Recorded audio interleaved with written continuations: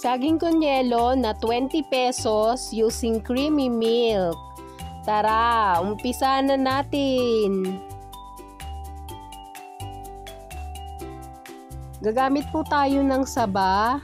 Bali, hinog na po ito. Hindi po masyadong hinog yung kumbaga overripe na saging yung gagamitin natin para po hindi maasim ang ating saging con yelo. Ito po, nabalatan na natin, tapos tinanggal po natin yung mga part na sira. Kung gusto nyo po ng ganitong mga video, please like and subscribe to our YouTube channel. Thank you and God bless! Ayan po, hihiwain lang natin to sa gitna at i-slice.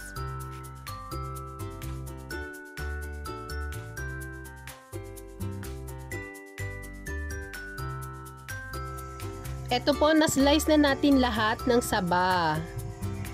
Titimplahan na po natin bago natin isalang.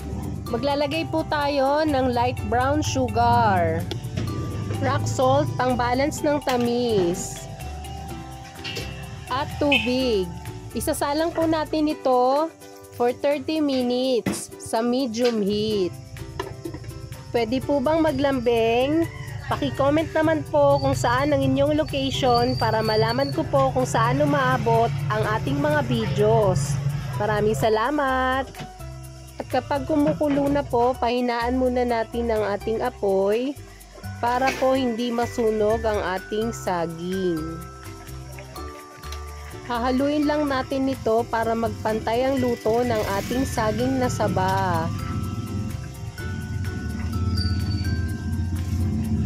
At kapag luto na po ang ating minatamis na saging, maaari na nating patayin ang ating apoy. Isi-set aside muna natin ito para lumamig.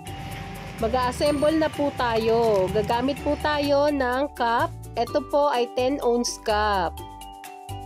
Ayan, naglagay lang tayo ng saging sa ating cup.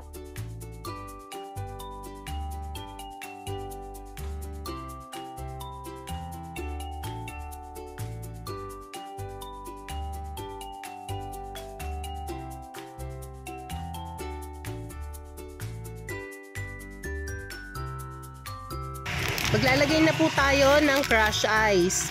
Meron po tayong video ng ating ice crusher. Paki-check na lang po sa description box. Maraming salamat! At ang next naman ay ang ating creamy milk. 2 tablespoon. Kung napapansin nyo po, hindi tayo naglagay ng sugar dahil tamang-tama po ang tamis ng ating creamy milk. Sana po ay may nakuha kayong idea sa bidyong ito. Please like and subscribe to our YouTube channel. Thank you and God bless! At para po may idea kayo, ang bentahan ko po nito ay 20 pesos.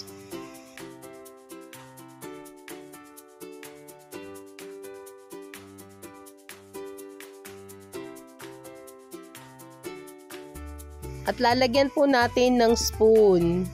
Thank you for watching. Please like and subscribe for more videos.